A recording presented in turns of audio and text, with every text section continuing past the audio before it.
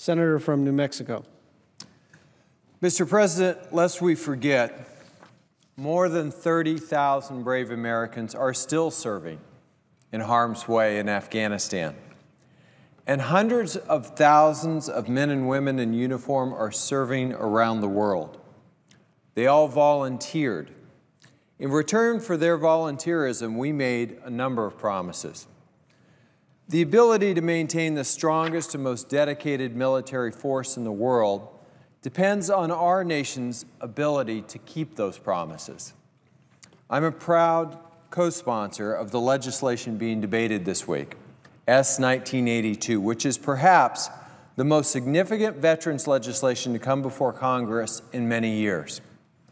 This legislation has the strong support of virtually every veterans organization in the country, including the American Legion, the Veterans of Foreign Wars, the Disabled American Veterans, the Vietnam Veterans of America, and the Iraq and Afghanistan Veterans of America. These organizations support the bill because it renews our promise to our veterans. I am very fortunate to represent the state of New Mexico, which has one of the highest rates of military volunteerism in the nation. New Mexico, a small state of 2 million people, is home to more than 170,000 veterans. 2,000 New Mexicans endured the Bataan Death March during World War II. And New Mexico is home to many of our nation's finest military installations. Kirtland Air Force Base, the Air Force's 6th largest base with over 100 partners and a strategic role in ensuring our nation's safe, secure, and reliable nuclear weapons complex. Cannon Air Force Base, the fastest growing Air Force base in the country, leading the fight in special operations. Holloman Air Force Base, an indispensable Air Force base with unparalleled airspace now and into the future. And White Sands Missile Range, the largest military installation in the nation, with a testing and training environment that is unmatched anywhere in the world. Additionally, New Mexico's National Guard employs roughly 3,800 full and part-time military personnel. Collectively, there are 18,000 military personnel serving today in New Mexico. Volunteerism isn't simply a career choice for New Mexicans. It's a way of life. It's ingrained in our state's rich history of putting community and country first. The bill before us today renews our promise to all of them and to all of those who are willing to lay down their life for their country. It provides benefits to all generations of veterans and their families, and it eliminates the cost of living adjustment penalty on military retirees.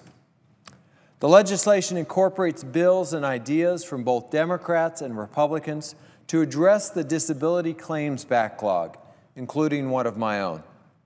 Across New Mexico, I've heard from too many veterans who are frustrated with the delays that they experience in receiving their disability benefits.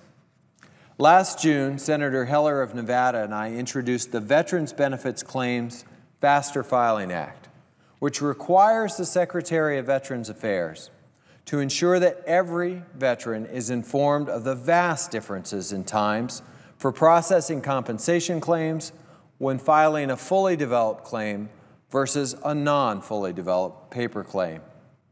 It takes on average 113 days for veterans to receive a final disability rating if they file a fully developed claim online.